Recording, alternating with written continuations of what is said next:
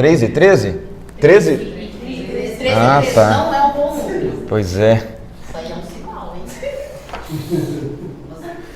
Eu penso que nossos filhos, assim, os netos, vão falar assim, por que não o azar 13?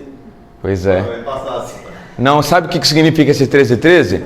Esse significa aqui agora, porque tem muitas pessoas que esse ensino diz o seguinte: isso aí é coisa do 13, isso é coisa do PT, isso é coisa da esquerda. Isso mesmo. Né? Então, isso aqui está na pauta da aula que nós vamos responder. Isso aqui não tem nada a ver com esquerdismo. Nada, absolutamente nada a ver, porque eu também não sou de esquerda. Se quiser ser, pode ser. Agora, não vamos chamar evangelho de teoria política de esquerda, e nós vamos ver hoje como isso não é, e eu vou provar, tá? Fica tranquilo. O que é igreja missional? Eu posso mandar Quê? Olha, é um livro barato, né? Quanto tá? R$41. R$41. Aí, ó. Mas também... O Luiz que indicou, é barato. É porque tem uns livros já que eu já falei aqui que são muito caros. Mas ó, pelo que eu conheço desses caras, eles, se vocês por acaso orarem e aparecer na mente de vocês assim um formato digital, eles não iam ficar tristes não, porque a causa deles é o evangelho mesmo. Então, eu mesmo quando eu escrever livro, sabe o que eu tenho vontade? Eu quando eu escrever livros, eu tenho vontade de disponibilizar digital de forma gratuita, e eu tenho vontade de disponibilizar o impresso para a pessoa pagar o quanto ela quiser, para que não... Porque tem uns custos também, né? O Gabriel fez isso bem no livro dele. É uma oferta, ele mandou de presente. Sim, eu tenho vontade de fazer isso. Vamos lá então. O Timóteo Carrier, no seu livro Que é a Igreja Missional, ele vai fazer exatamente isso aqui, ó. Fazer uma análise de 6 igrejas. A 7ª sou eu que vou colocar aqui, sou eu que vou fazer, tá bom? Então, as 6 igrejas é Antioquia, Roma, Gálatas, Efésios, Filipenses e Jerusalém. Ele faz, e ele percebe 2 coisas que tem em comum em todas essas igrejas. Pergunta para mim, qual que é? Qual que é? Primeiro, devoção. E segunda, amor em ação.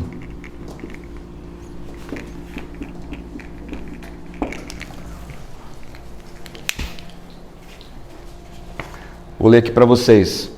Citação direta do Timóteo Carrier.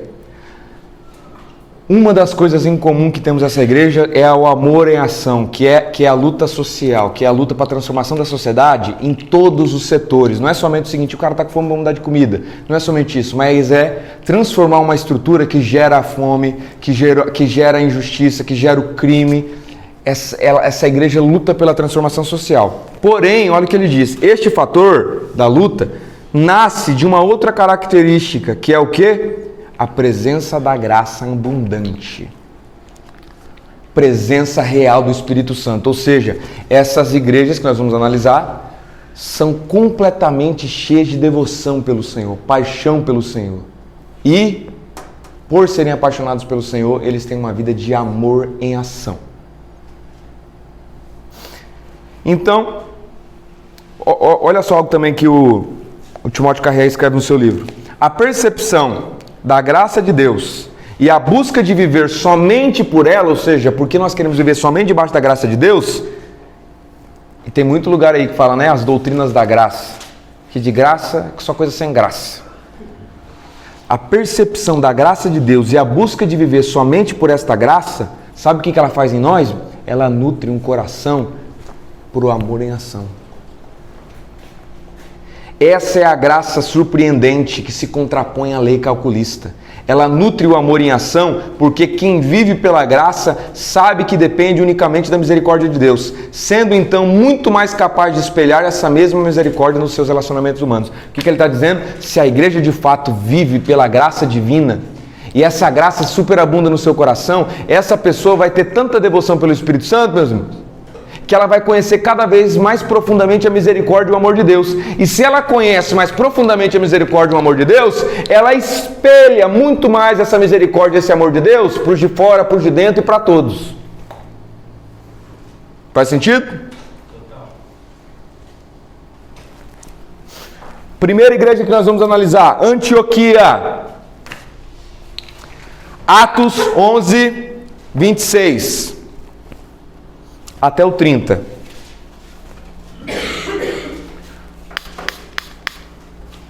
Atos 11, 26 ao 30.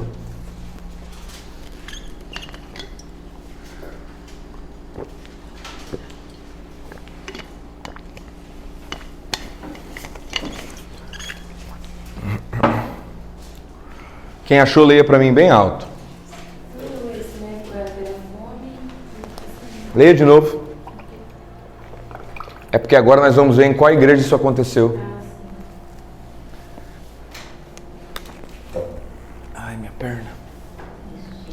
Ninguém vai ler? Se ninguém ler, eu vou pedir para ler.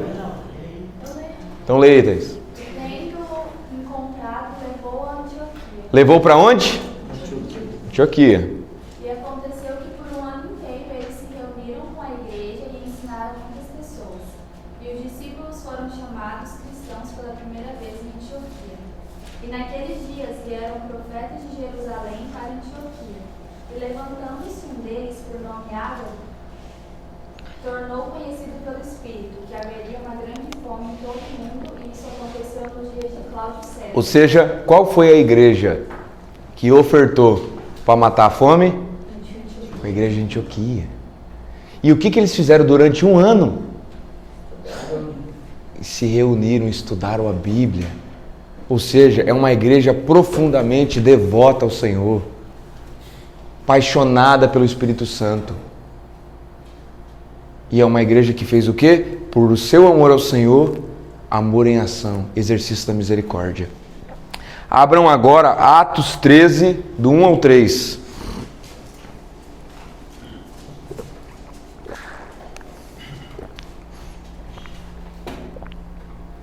Quem achou, leia bem alto. Na igreja de Antioquia havia... Qual igreja? Antioquia. Havia profetas e mestres. Barnabé, Simeão, chamado Niger, Havia o que? Profetas e? mestres. Lúcio de Cirene, Manaém, que fora criado com Herodes, o tetrarca, e Saulo. Enquanto adoravam o Senhor e jejuavam, disse o Espírito Santo: O que eles estavam fazendo? Olha só, que igreja apaixonada pelo estudo do Senhor, por teologia, saudável, orava, jejuava e fazia o que mais? Continua. E disse o Espírito Santo: separe-me Barnabé e Saulo para a obra a que os tenho chamado. Olha só, quando o profeta fala, o que falou? Ei, igreja que estuda teologia, que ama, separa missionários aí. Fez o quê? Continua. Assim, depois de jejuar e orar, impuseram-lhes as mãos e os enviaram. Olha o que Timóteo Carrié diz no seu livro. Conforme Atos 13, podemos afirmar sem dúvida que essa igreja era uma igreja de adoração, jejum e oração. É certo que também havia o ensino da palavra, pois Paulo e Barnabé ensinaram ali durante um ano. E há também nessa igreja um envio missionário. Por quê? A gente tem que entender que quando eu envio um missionário, o missionário é um integrante do reino de Deus que busca a manifestação do máximo bem comum. Quando eu envio um missionário, sei lá, para aquela tribo indígena, quando esse missionário chega e ele diz o reino de Deus chegou, arrependei-vos, ele começa a convocar o povo para lutar pelo máximo bem comum. Aí o missionário se une com ele e eles começam a lutar pelo máximo bem comum, e o máximo bem comum acontece aqui também. Então o envio de missionário não é somente um aspecto, vamos lá enviar eles para ensinar teologia. O envio missionário é o amor em ação para que o reino de Deus se manifeste lá.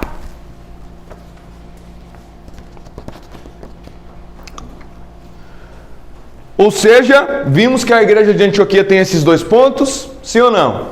Sim. Ficou bem claro, né? Oração, jejum, teologia, adoração, envio missionário e oferta para os pobres. Agora vamos estudar a igreja de Romanos. A igreja de Romanos, nós não sabemos como aconteceu lá mesmo, porque a gente não tem relatos. A gente tem a carta de Romanos. Então, como nós vamos avaliar a igreja de Romanos? Iremos avaliar a igreja de Romanos a partir do que Paulo disse que ela deveria ser. Entendeu? Ó, igreja, vocês devem ser assim, assim, a igreja é isso, está acontecendo isso, tal, tal, tal. Então, a partir das informações que Paulo transmite na sua carta, nós vamos falar o que é a igreja de Romanos. Tem até um ponto, quando em Romanos capítulo de número 13, abram em Romanos 13, procure aí, É alguma coisa dizendo assim, sobre as autoridades, se vocês fazerem o bem, vocês não precisam temer as autoridades. Hã? Leia bem alto, Bruno. Vou ler 1, 2 e 3, tá? Pode ser. Todos devem sujeitar-se às autoridades governamentais, pois não há autoridade que não veio de Deus. As autoridades que existem foram por ele estabelecidas. Portanto, aquele que se rebela contra a autoridade está se opondo contra o que Deus instituiu. E aqueles que assim procedem trazem condenação sobre si mesmos, pois os governantes não devem ser temidos, a não ser por aqueles que praticam o mal. Você quer viver livre do medo da autoridade? Pratique o bem, e ela o enaltecerá. Ou seja, o que ele mandou a igreja de Romanos fazer? Praticar o... Nossa, Luiz, esse é um texto que a gente tem dúvida, porque está falando da autoridade. Primeiro ponto, não está falando da autoridade religiosa da igreja, está falando da autoridade política. E o político que Paulo se refere aqui, ele pressupõe que é o político que faz o bem. Porque ele diz o seguinte, se você, a autoridade foi colocada por Deus para o bem, então, portanto, façam o bem, você não precisa temer ela. Então, outro dia a gente vê esse texto, não é o objetivo aqui. Mas o propósito foi o que Paulo disse para a igreja fazer o bem. Esse político mal não é para obedecer não, né? Exatamente, não, porque o próprio Paulo e os apóstolos desobedeceram. Então, o que ele pressupõe aqui é que essa autoridade que ele está se referindo é a autoridade que faz o bem. Toda autoridade foi constituída por Deus mesmo para fazer o bem, tá? Não está falando de pastor de igreja? Esse é o primeiro ponto. Você tinha que perguntar para o pastor, o senhor é vereador? Líderes, né? Não, ele fala líderes. O senhor é, como é que diz? O senhor é presidente? Então essa palavra não está falando do senhor. Tá, mas vamos continuar. Não vamos ficar nesse tema, senão esse tema demora. Então, Paulo diz que a igreja deve fazer o bem. O Timóteo Carrière, nesse livro, A Igreja Missional, ele diz que esse conceito de bem ali não é um bem qualquer. É o que ele chamava na época de benfeitoria. O que é essa benfeitoria? Antigamente, aqui no Brasil, tinha uma espécie, sei lá, eu acho que chamava as coronéis. Tipo assim, uns caras que eram muito ricos e tinham praticamente poder político. E eles, tipo, mandavam na cidade. E esses caras, quando usavam às vezes o seu dinheiro para fazer algum bem público, alguma coisa, isso se chamava de benfeitoria. Lá na época dos romanos era assim, esses caras poderosos, quando faziam algo, se chamava de benfeitoria. O Timóteo Carrière diz que quando Paulo diz faça o bem e não precisa temer as autoridades, ele está se referindo a esse conceito de benfeitoria, que é a luta pelo bem comum, ou seja, não é só mais os poderosos que têm que fazer a benfeitoria, agora é todo escravo, todo pequeno. Então a igreja é aquela força que luta pela manifestação do bem. Isso se chama amor. Beleza? Abram para mim a Bíblia aí agora. Em Romanos 15, do 24 até o 27. Romanos 15. Quem está assistindo a gravação aí leia o versículo aí na sua casa. Romanos 15, do 24 ao 27. Eu deixei o seu copo lá, meu irmão, desculpa.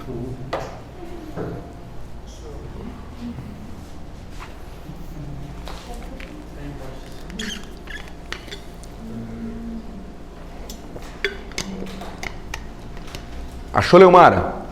Achei. Então leia aí. Vou para a Espanha e então espero passar por aí e desfrutar a companhia de vocês até que, em tempo oportuno, me enviem com a bênção de Deus. O que eles vão enviar? Essa igreja vai fazer? Vai enviar o Paulo, obra missionária. Então, Romanos é uma igreja que envia. Pode continuar, minha irmã. Envia missionários. Continua. Mas primeiro vou a Jerusalém entregar a oferta de auxílio aos seguidores. Ele vai para onde? Jerusalém. Fazer o quê? Entregar a oferta de auxílio aos seguidores de Jesus que vivem ali, os gregos. Pode continuar até o 27. Em todo o caminho dos macedônios, no norte até os da Acaia no sul, decidiram fazer uma coleta para os cristãos pobres de Jerusalém. Fizeram isso com prazer, mas também era a obrigação deles. Eita, manto nébias! O que o Paulo está falando aí? A igreja enviou missionários E ele está falando para a igreja, o que ele está falando para a igreja de Romanos? O que era a obrigação daquela outra? Ofertar. Ofertar para os pobres. Olha só que coisa bonita, né? Vamos lá. Agora abram, leia para mim Romanos 15, o mesmo capítulo, do 7 ao 13. Portanto, aceitem-se uns aos outros da mesma forma com que Cristo os aceitou, a fim de que vocês glorifiquem a Deus. Ou seja, como é que a gente glorifica a Deus? Aceitando. Ou seja, essa aceitação é fruto do amor. Amando. Continua, Daniela. Tá. Pois eu digo a vocês que Cristo se tornou servo dos que são da circuncisão por amor à verdade de Deus, para confirmar as promessas feitas aos patriarcas, a fim de que os gentios glorifiquem a Deus por sua misericórdia, como está escrito: por isso eu te louvarei entre os gentios e cantarei louvores ao teu nome. Continua. Até o 13. Já leu o 13 aí? E também diz: cantem de alegria, ó gentios, com o povo dele. E mais: louvem o Senhor todos vocês, gentios, cantem louvores a ele, Glória a Deus. todos os povos. E Isaías também diz: brotará a raiz de Jessé, aquele que se levantará para reinar sobre os gentios. Estes porão nele a sua esperança, que o Deus da esperança os enche de toda alegria e paz por sua confiança nele, para que vocês transbordem de esperança pelo poder do Espírito Santo. Ou seja, você viu que no mesmo capítulo que ele falou de envio de missionário e cuidado e ofertas para pobres, é o que ele falou de alegria no Espírito Santo, profunda devoção, louvores, amor uns aos outros. Tudo isso está interligado. Mas no início você falou assim que a igreja não é o reino de Deus. Exatamente. A igreja é a força... Do reino de Deus. Isso. A igreja é a força que realiza o propósito do reino aqui. Então ela é a ação. Isso, muito bom. Muito bom, minha irmã. Ela simplificou. Eu estava pensando desde o início. Sim, você deixou mais simples, né? Sim, a igreja é a ação que manifesta o reino de Deus aqui. Muito bom, minha irmã. Ó, a Maristela deu uma frase assim, se você não entendeu até agora, fica mais fácil, né? A igreja é a ação que manifesta o reino de Deus aqui, né? Ação, é ação. Não é só discurso. Beleza? Vamos lá então. Leia para mim Romanos 11, do 33 ao 36.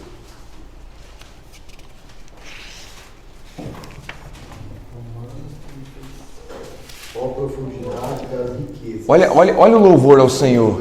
Tanto da sabedoria como da ciência de Deus. Quão insondáveis são os seus juízes, e quais inescrutáveis os seus caminhos. Tá bom. Vocês verem que na igreja de Romanos, olha o que tem: devoção profunda ao Senhor, paixão pelo Senhor e amor em ação. Abram para mim, vamos ler mais alguns versículos. Romanos 13, do 8 ao 14. Romanos 13, do 8 ao 14. Não devam nada a ninguém, a não ser o amor de Deus. Ou seja, o que a igreja deve? Amor. Continua. Pois aquele que ama ao seu próximo cumpriu a lei. Eita! Ame o seu próximo. Vocês devem isso. Ou seja, tanto eu como integrante, membro, quanto a coletividade que se chama da igreja, que não ama, que não luta por esse amor, que envolve tanto devoção quanto amor em ação, cuidado, etc., ela não está pagando uma dívida, ela é devedora. Continua. Pois estes mandamentos: não adultere, não assassine, não furte, não cobice, e qualquer outro mandamento, todos se resumem nesse preceito: ame o seu próximo como a você mesmo. Aí, porque o amor é o cumprimento da lei. Você já leu o 14? Não. Leia o 14. Ao contrário, revistam-se do Senhor Jesus Cristo e não fiquem pensando em como satisfazer os desejos da carne. Veja aqui, ó, o revestimento do Senhor Jesus Cristo faz o quê? Te leva para amar. Vamos ler Romanos 12, lá na casa de vocês, leiam Romanos 12 até o verso 21. A gente vai ler aqui só o Romanos 12, só o verso 20 e 21. Leia para mim, Romanos 12, verso 20 e 21, Thales. Ao contrário, se o seu inimigo tiver fome, dele de comer. Eita! Se tiver sede, dele de beber. Ou seja, é para dar de comer e de beber só para o nosso clube? Continua. Fazendo isso, você amontoará brasas vivas sobre a cabeça dele. Não se deixem vencer pelo mal, mas vençam o mal com o bem. Romanos capítulo de número 14, quando diz aí morrer pelo Senhor e etc., fala literal, está extremamente ligado em morrer pelo irmão. Quando o cara está morrendo pelo Senhor, ele está morrendo pela causa que ele está lutando pelos irmãos. Agora vamos ler o capítulo todo. Agora vamos ler Romanos 14, 20. Vamos ler o verso 20. Quem achou, leia o verso 20. Romanos... Pode ler, pode ler. Não destrua a obra de Deus por causa da... Não destrua a obra de Deus. Qual é a obra de Deus que ele está falando aí? Perfeito, minha irmã. É gente, pessoa. Sabe o que estava acontecendo? Tinha gente que se convertia. Enfim, a gente um dia vai analisar Romanos 14. Mas o fato que o quê? O cara está comendo coisas que na frente do outro parecia coisas escandalosas, etc, etc. E aí acabava destruindo a fé do irmão. Ou, a interpretação do Enter White, que é a melhor que eu gosto, o cara se convertia, judeu. Ele nunca comeu carne de porco na vida.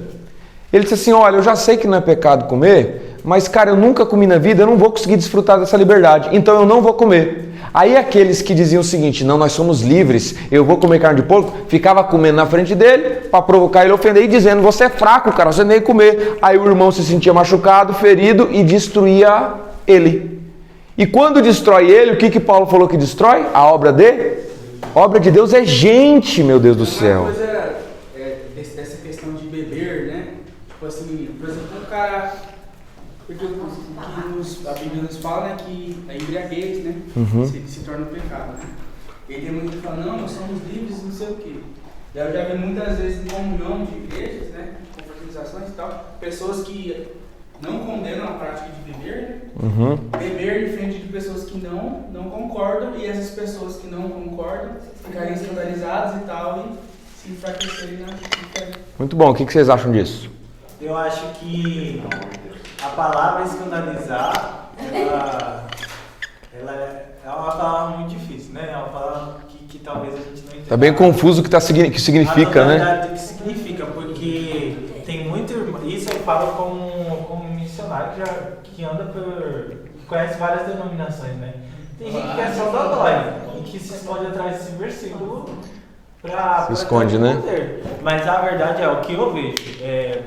Eu, como irmãozinho da igreja, que CLT da vida, aquilo que eu faço na minha casa, é na minha casa. Mas eu, como missionário, que as pessoas estão vendo o que eu estou fazendo, ainda que, citando um exemplo, digamos que eu seja presbiteriano e que eu não acho que beber é pecado. Mas ainda assim, eu preciso ter em mente que eu não dou testemunho só para os presbiterianos. Eu dou testemunhos para outros irmãos de outras denominações que também me veem. Então, em favor para que essas pessoas, em respeito a essas pessoas que estão me vendo, em respeito àquilo que elas pensam e aquilo que elas creem. Mas eu tenho muita dificuldade com essa palavra por pessoas, tipo, se esconderem ou quererem só ser mais religiosas. Por exemplo, se a pessoa se escandaliza com a minha barba. Não, mas isso eu Tem igreja, então qual é o equilíbrio disso aí? Só que não é o tema do que é escândalo hoje, né? Eu só citei esse texto para dizer que o quê? Obra de Deus ali é gente. Quando ele destruiu uma pessoa, ele destruiu gente. Destruiu a obra dele, ele destruiu gente. A obra de Deus não é evento. A obra de Deus não é estrutura. A obra de Deus não é, vamos aumentar o número de membros aqui. Não, a obra de Deus é gente. Não tem sentido a palavra fazer a obra de Deus. Se o sentido tem sentido, desde que a gente tenha em mente que fazer a obra de Deus é gente. É cuidar de gente. Não é envolvido com entendeu? Com o bem maior, perfeitamente. esse bem maior envolve visitação? Sim, porque nós estamos num tempo principalmente de depressão. Envolve acolhimento? Envolve abraço? Sim. Mas eu acolho a pessoa para o quê? Para ela, sendo curada, se tornar um guerreiro da manifestação do bem. Sabe o que acontece nas igrejas de hoje em dia? As igrejas de hoje em dia são excelentes acolhedoras. Isso está no livro do Rushdoni, que eu já indiquei para vocês. Acolhedoras. E aí é a igreja da recepção calorosa. Recebe você e tal, e você consegue se enturmar, e você fica alegre, e você fica feliz e tal. E hoje em dia, principalmente, as igrejas querem se especializar em ser acolhedoras, em serem ambientes de alegria, ambientes do sorrisozinho. Tem que ter alegria, tem que ser acolhedora, tem que ser saudável, tem que ser tudo isso. Mas se acabar aqui, vira clube de alegria. Porque o Rushdoni diz o seguinte: se a recepção calorosa ficar em si mesma, eu dizendo agora, é clube da alegria. Porque a gente recebe calorosamente para cuidar dessa pessoa, para que essa pessoa se torne um guerreiro, e junto com a nossa força de guerra, a gente lutar pela manifestação do máximo bem comum. Agora tá. Aí virou a recepção calorosa e saudável, virou, sabe o quê? Igual um clube de skate. Porque o clube de skate, vai todo mundo, se alegra todo mundo, às vezes canta um louvor lá, ô Senhor, te agradeço, meu... Eles fazem isso no clube de skate, faz no clube de xadrez evangélico, faz! Mas a igreja não é clube.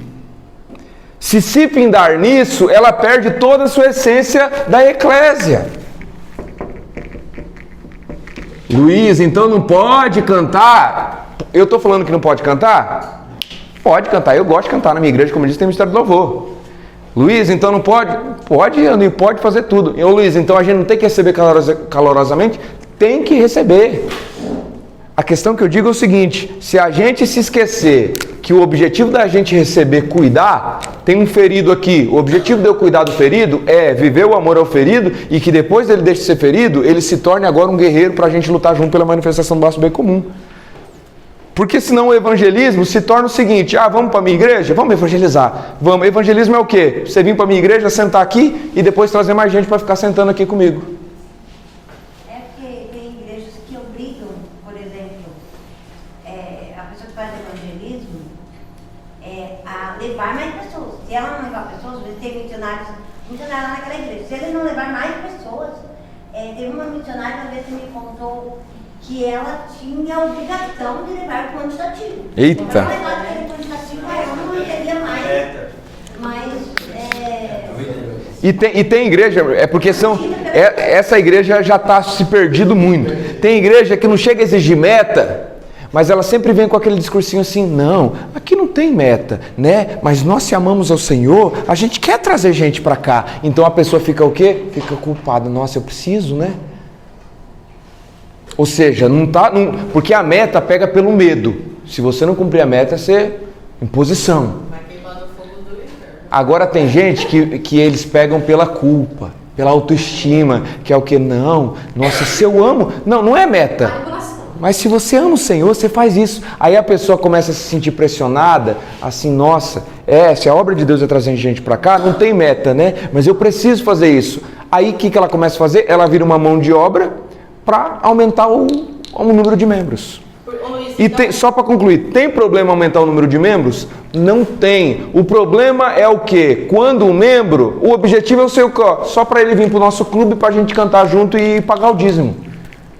Porque quando é saudável, daí isso acontece na leveza. Então, assim, sim, acontece na leveza. As pessoas vêm. Perfeitamente. A gente traz.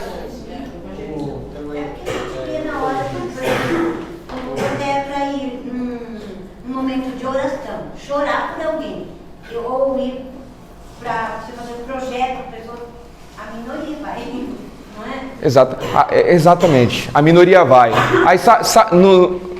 Aí, enfim. Não tem.